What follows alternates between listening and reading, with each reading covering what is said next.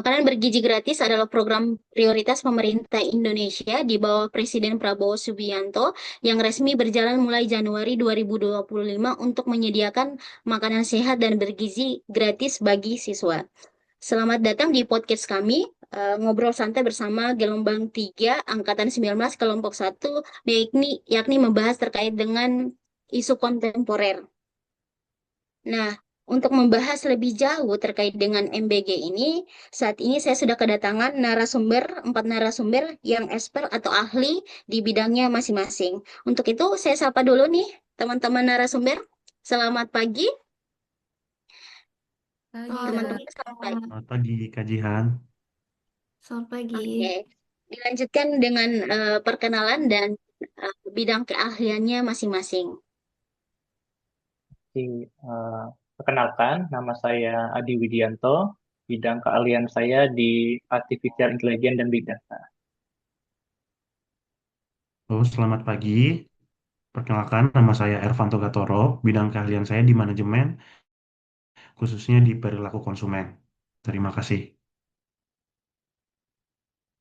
Selamat pagi semuanya. Perkenalkan nama saya Jihan Apande. Bidang keahlian saya di ilmu kesehatan masyarakat, khususnya epidemiologi. Terima kasih. Selamat pagi semuanya. Perkenalkan nama saya Bayi Isti Hijriani. Bidang keahlian saya di bidang mikrobiologi. Terima kasih. Oke, terima kasih semua para narasumber sudah memperkenalkan nama. Nah, kita mulai saja ya. Nah, ini terkait dengan MBG. Nah, kita kaji dulu dari sudut pandang kesehatan masyarakat dulu nih, dari eh, Kak Jihan ya. Terkait dengan program MBG ini, sebenarnya dari sudut pandang kesehatan masyarakat itu seperti apa? Iya, baik. Terima kasih, Kak Alinda. Jadi tadi kan sudah sebutkan juga oleh Kak Linda kalau makanan bergizi gratis itu merupakan salah satu program pemerintah Indonesia yang tujuannya untuk memberikan makanan sehat dan bergizi secara gratis kepada kelompok-kelompok tertentu, terutama dalam hal ini anak sekolah. Jadi tujuannya itu untuk meningkatkan kualitas kesehatan dan sumber daya manusia. Kemudian kalau dari sudut pandang kesehatan masyarakat, sebenarnya kita fokusnya pada dua hal, yaitu yang pertama promotif dan preventif. Jadi promotif itu dengan adanya MBG ini diharapkan dapat membentuk kebiasaan makan sehat sejak dini terutama pada anak sekolah. Kemudian eh, preventif itu diharapkan dengan adanya MBG ini dapat mencegah kemungkinan terjadinya gizi buruk, anemia, dan stunting. Jadi diharapkan MBG ini bisa memenuhi kebutuhan zat gizi mikro dan zat gizi makro eh, dari anak-anak atau kelompok yang dapat MBG ini. Kemudian MBG ini juga menurunkan risiko kesehatan di tingkat populasi. Jadi bukan lagi individu karena intervensinya berskala besar dan jangka panjang. Kemudian MBG ini juga merupakan investasi jangka panjang untuk sumber daya manusia, di mana ketika anak sehat, maka dia dewasanya produktif. Kemudian ketika produktivitas meningkat, maka beban kesehatan itu dapat menurun sehingga kemudian menurunkan biaya kesehatan nasional di masa depan. Namun, kalau kita lihat bersama, implementasi MBG ini sendiri masih memiliki banyak tantangan, mulai dari yang pertama standar gizinya, kemudian keamanan pangan dan sanitasinya, kemudian monitoring status gizi dan evaluasi dampak, dan edukasi gizi. Jadi kalau kita lihat berita akhir-akhir ini, seperti adanya kasus keracunan MBG itu, eh, kalau yang saya lihat itu kemungkinan menunjukkan adanya proses pengolahan makanan yang tidak higienis. Kemudian mungkin ada kasus kemarin yang ternyata MBG-nya sudah basi, kemungkinan karena mungkin penyimpanan makanannya yang terlalu lama. Kemudian misalnya ada kontaminasi bakteri dan lain sebagainya. Kemudian dari kasus-kasus tersebut kemungkinan bisa berdampak pada kepercayaan publik. Jadi misalnya menurunkan kepercayaan orang tua terhadap MBG ini sendiri. Nah, solusinya mungkin penguatan keamanan pangan, kemudian meningkatkan kapasitas SDM yang terlibat di dalam program MBG ini, kemudian mengoptimalkan pengawasan, monitoring, dan evaluasi dari program MBG ini. Mungkin itu dari saya, Kak Alinda. Terima kasih. Oke, baik. Berarti dari sudut pandang kesehatan masyarakat ini adanya promotif dan preventif yang lebih ditekankan dari sudut pandang kesehatan masyarakat ya. Iya, Nah, benar, Kak. oke, kalau kita tarik lebih jauh ya, isu keracunan makanan ini sebenarnya menarik ya. Di satu sisi terlihat seperti masalah teknis kesehatan, tapi di sisi lain juga berkaitan dengan banyak isu strategis yang sering kita bahas seperti integritas, tata kelola, bahkan ketahanan negara. Menurut Kak Ervan nih, sejauh mana persoalan sederhana seperti makanan ini bisa mencerminkan persoalan yang lebih besar dalam sistem kita nih? Oke, Kak Jihan. Jadi sebenarnya dari kacamata manajemen, keracunan makanan ini dapat dipahami sebagai sebuah fenomena proses, bukan semata-mata kejadian yang insidental atau sekali saja seperti itu, Kak Jihan. Dalam setiap organisasi, khususnya organisasi Badan Gizi Nasional, terutama yang berkaitan dengan pelayanan publik, selalu ada rangkaian aktivitas yang saling terhubung, mulai dari perencanaan, pengadaan, pelaksanaan, hingga pengawasan. Ketika satu bagian tidak berjalan optimal, maka dampaknya bisa muncul di hilir dengan bentuk masalah kualitas, termasuk keamanan pangan. Isu ini juga memperlihatkan pentingnya manajemen risiko sebagai bagian dari pengambilan keputusan.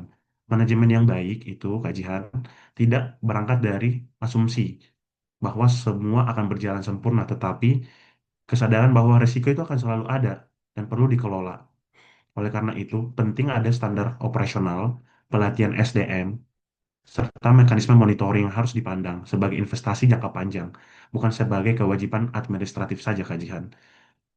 Oke, jadi oleh karena itu penting adanya standar operasional, pelatihan daya manusia, serta mekanisme monitoring yang harus dipandang sebagai investasi jangka panjang. Jadi bukan sekedar kewajiban administratif saja, Kak Alinda. Ketika organisasi mampu mengelola proses secara tertib, transparan, dan berorientasi pada perbaikan, maka kehadiran institusi tersebut dapat dirasakan secara positif oleh publik. Oleh karena itu, isu keracunan makanan tidak hanya menjadi tantangan operasional saja, tetapi juga kesempatan bagi organisasi untuk memperkuat sistem, meningkatkan profesionalisme, dan mampu membangun kepercayaan publik secara berkelanjutan. Jadi seperti itu, Kak Alinda. Oke, baik. Berarti dari bidang sudut pandang manajemen ini terkait dengan pengolahan baku, proses produksi, kemudian penyimpanan hingga distribusi makanannya ya. Jadi perlu juga ada audit ya, audit daripada eh, BGN ya, Badan Gizi Nasional sebagai pelaksana dari program tersebut ya. Oke. Nah, kita lihat dari sudut pandang kebersihan nih dari eh, Kak Baik ya. Terkait dengan kebersihan ini sebenarnya apa sih yang dimaksud dengan kebersihan dalam program makanan bergizi gratis ini? Oke, baik. Terima kasih, Kak Alinda. Jadi, kebersihan makanan bergizi gratis atau disingkat MBG itu mencakup seluruh proses pengelolaan makanannya, mulai dari pemilihan bahan baku, pengolahan, penyimpanan, sampai dengan distribusi makanan kepada penerima. Jadi, tujuannya di sini adalah memastikan makanan yang dikonsumsi itu aman, bebas dari bebas dari kontaminasi dan tidak menimbulkan risiko penyakit. Jadi pemerintah di sini memandang MBG bukan sekedar proses pemenuhan gizi, tetapi juga pelayanan publik. Artinya, negara wajib menjamin makanan yang disediakan itu aman, higienis, dan layak untuk dikonsumsi. Nah, jadi karena sasaran dari MBG ini adalah anak-anak dan kelompok yang rentan, maka kebersihan itu menjadi kunci utamanya. Jadi makanan yang tidak higienis itu bisa menyebabkan keracunan makanan, kemudian diare atau infeksi lainnya, yang justru dapat mengganggu kesehatan dan tumbuh kembang anak.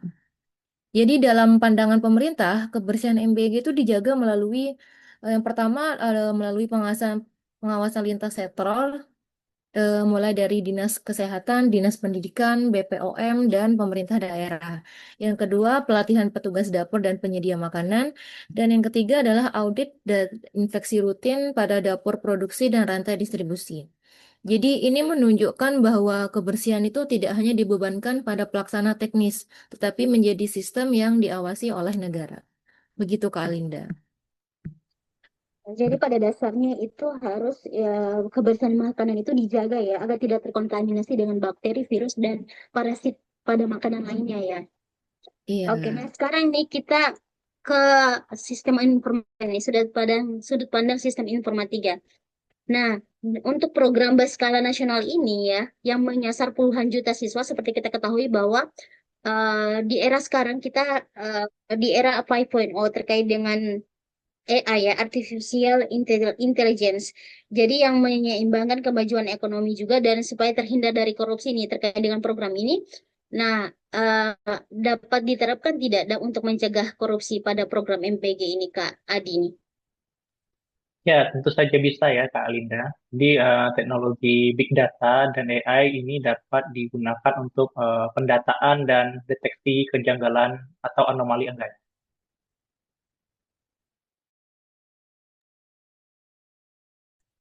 Sangat menarik nih. Bisa dijelaskan lebih rinci nih terkait dengan pemaparan tadi.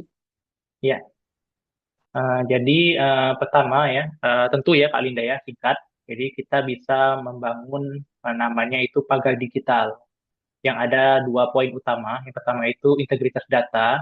Jadi sistem yang nanti dibuat akan mengintegrasikan NIK siswa atau NIK siswa dengan data Dapodik untuk menghapus data hantu atau klaim ganda. Jadi setiap laporan distribusi itu dikunci dengan yang namanya digital hashing. Jadi semacam segel digital permanen.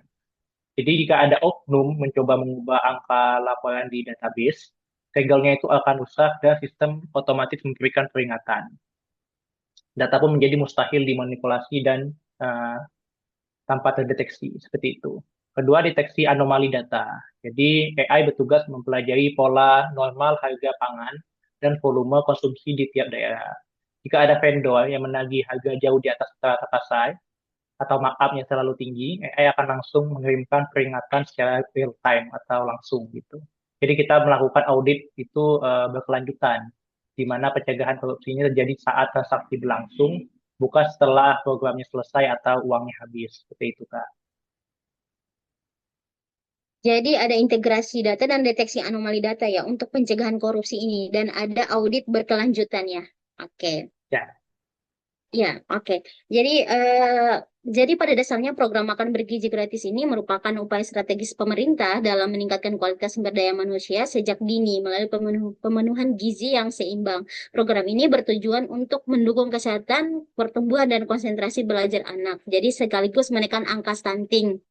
Nah, konsep big data dan artificial intelligence atau AI itu melalui integrasi data dan deteksi anomali data dapat diterapkan untuk mencegah korupsi pada program MBG ini. Jadi teknologi ini juga untuk memastikan setiap rupiah itu benar-benar berubah menjadi gizi di piring siswa.